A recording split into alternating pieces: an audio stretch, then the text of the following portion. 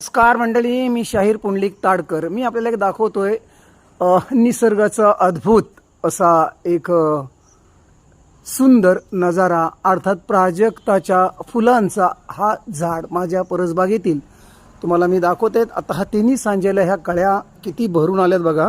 मात्र मित्र हो, ह्या कळ्या आहेत ह्या रात्रभर उमलणार आहेत. आत्ता सुद्धा त्यांचं उमलणं सुरू झालेलं आहे. ह्या कळ्या दिसत आहेत गोल गोल टिपकेदार मोत्यांसारखे दिसतात बघा. अगदी मोती नथीच्या दागिन्यामध्ये मोती असतात किंवा एखाद्या सुंदर स्त्रीच्या गळ्यामध्ये हार मोत्यांचं असतं, तसे मोती दिसत आहेत.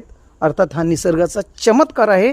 तर ह्या ज्या कळ्या आता उमलू लागल्या आहेत त्या रात्रभर उमलतील आणि ह्याचा परिमळ आता अर्थात सुगंध दरवळायला सुरुवात झाली. हा सुगंध मंडळी रात्रभर दरवळतो.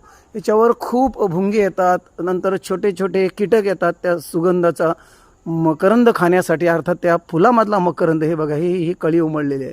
आणि उद्या सकाळी मात्र मंडळी इथे मोठी पखरण जमिनीवर पडलेली दिसेल ह्याच फुलांची.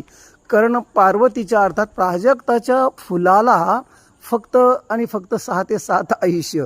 म्हणजे आता हे तिच्या कळ्या आहेत, ह्या कळ्यांच्या फुलांत रूपांतर होईल आणि उद्या सकाळी हा प्राजक्ता पूर्ण निखळलेला असेल. परत उद्या संध्याकाळी नवीन कळ्या येतील.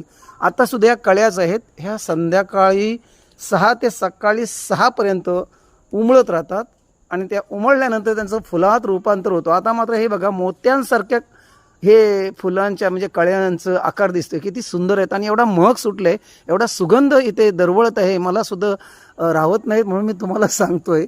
आणि हा तुम्हाला मी एक दृश्य दाखवला माझ्या परसबागेमध्ये. मी पुंडलिक ताडकर रजा घेतोय. धन्यवाद.